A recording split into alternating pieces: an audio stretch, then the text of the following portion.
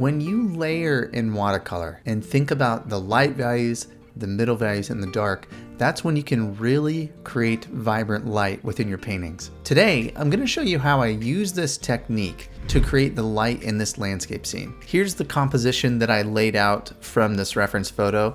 I wanted this cactus to be a nice, strong vertical in this area of the painting. I also added a couple of figures walking on the path here to give the scene some more interest. In the first layer of the painting, we want to think about all the light areas of the scene. So I want to think about the light that's up in the sky, the light that is on the cactus, on the figures, the light that is on the path.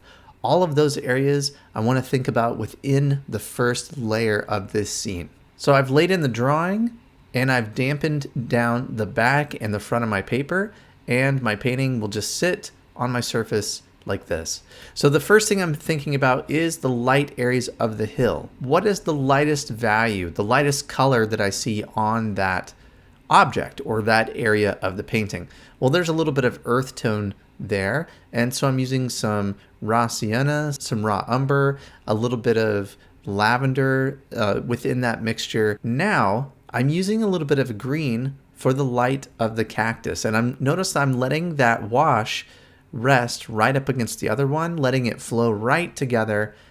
In this first wash, I'm okay with those washes just flowing and blending together on the paper. In the next wash, or the next layer of the middle values and then the darks and details, that's when we will bring more separation and organization into the painting. I'm using some raw sienna along with cadmium yellow, and these are Daniel Smith paints, in some of the areas down on the grass. I waited just a little bit to start painting the sky. I wanted this wash of the distant hills to settle on the paper just a little bit. And when I come down to where the cactus is and where these hills are, I want this wash again to merge nicely, not just flow and destroy what I've already painted, but just where it touches the next wash, I want a soft transition from color to color. So I'm using less water and pushing down with the brush, just barely touching the edge, let it merge. And I'm done with the sky. I'm moving down into the path, using a lot of raw sienna, warmer colors there, taking away the white of the paper and thinking about the light that's all over the scene. Now what I'm doing here is creating just a little bit of variation within this wash, letting some of those colors just blend together on the paper. And before I call the first wash done, I wanted to drop in just a little bit of color onto the figures, some of the colors for their clothing and a little bit of the skin tone. So now that I have the light in place, I can look and try to see what the large connected middle value layer of the scene is. And while I'm painting this, I'm painting around the main areas of light. So the cactus that are lighter in color against the darker hill, I need to paint around those areas in order to make them stand out within the scene.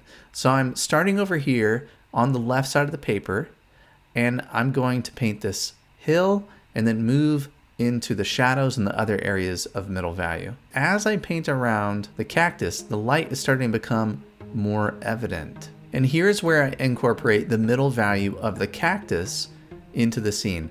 So there's a light side, shadow side. The light is coming this way. I want to leave that lighter area of the cactus to the right.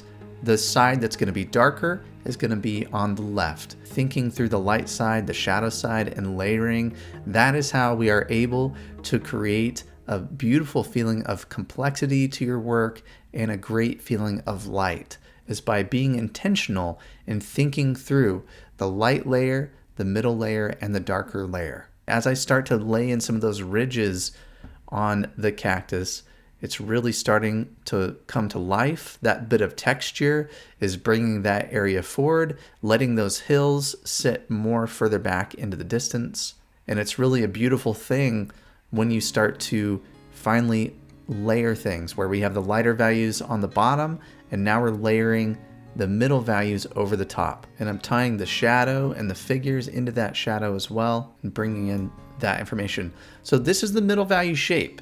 I started back here on the mountains, and I moved my way around the scene, carefully painting around the light side of the cactus, the light side of the figures, leaving behind the light on the trail. At this stage, I let this dry and then I come in and paint the darks and the details. When I add the darks into a painting, I like to start in the middle ground and then see how all the other areas of the scene relate to that middle ground. I felt like the hills in the background or the mountains needed a little more attention, and so I went and added some more shadow on the shadow side of that. So you can see some cool blue to show that shadow side of the mountain versus the area that's in light.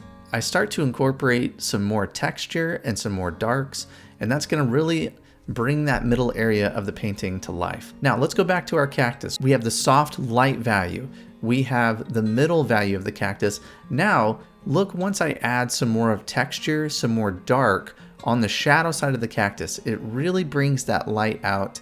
It really brings that forward and completes the illusion of the light on this cactus.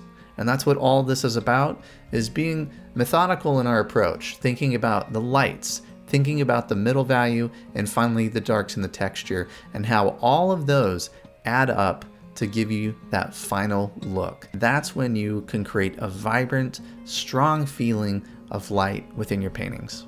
One thing you'll notice that I do here is I do a little wash over the path. I felt like it was too light in value, and I went ahead and did a little glaze over that with some raw sienna, and I feel like that helped the foreground feel better and push the viewer's eye into the middle ground of the scene. The figures needed a little more attention, a little more darks. There was a tree here on the very edge. I felt like we could use another vertical, get a few more little directional lines and texture.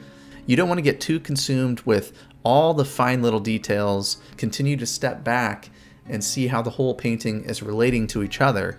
Don't get too consumed with one little area that you're painting, because really it's about the whole image. And here is a look at the final painting. When you can think of it this way and you can have a clear plan from the beginning till the end, that is when you will see big strides in your work and believable light within your scenes. Next week, I'm going to show you my process for doing a figure sketch. It's great to leave time in your painting practice for exploration and for playing and sketching. So go ahead and hit that subscribe button if you haven't done that already. I come out with a new video every single Monday. And if you're feeling stuck in your painting and you're looking for a resource that can help you today, take a look at this. Have you ever been really excited about a painting and you get all set up, you find that right reference that you're excited about, and then it's time to go and you feel lost? I have a free resource that I want to give to you today that can help with these problems.